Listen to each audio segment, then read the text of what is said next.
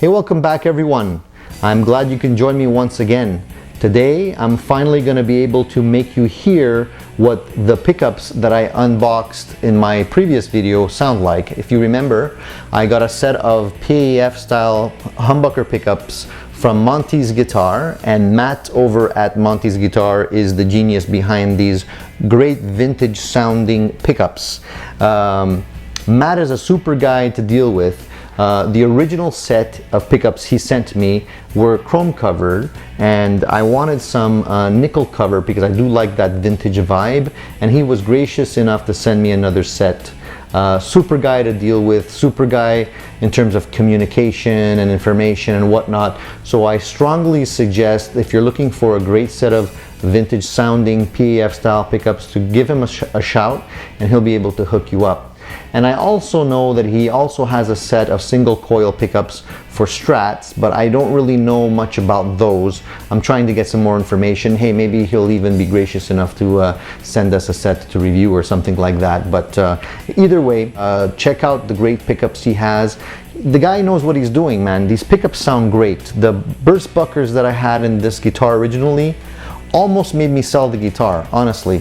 I was underwhelmed, to say the least, especially with the neck pickup. It was muddy sounding. I wasn't able to get a nice articulate sound out of it.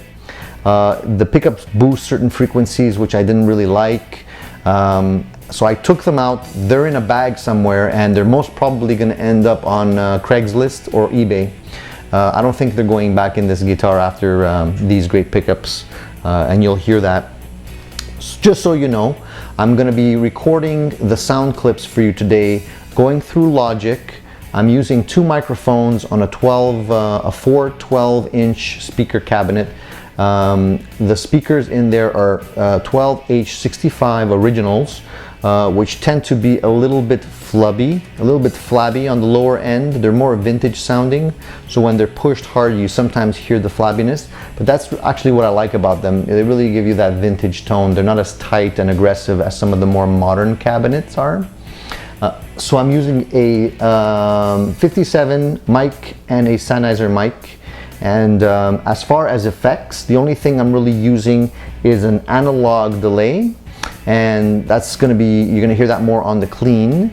On the dirty channel, when I switch over to the dirty sounds, I'm using a Mojohand Rook effects pedal, which has become one of my favorite overdrive pedals. It's really an amazing pedal. You should check it out.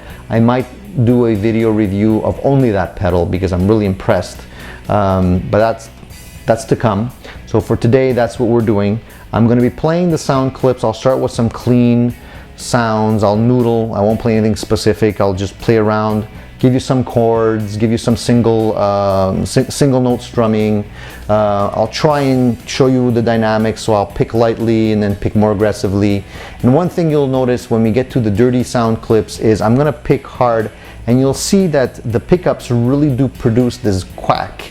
And usually you get that kind of quack from single coils, like on a Strat, but you get it through the humbuckers, which is really amazing, and I really like that kind of sound. It's got a chirpiness if you pick a certain way, really dynamic, really articulate. Still, they stay full, they're not harsh.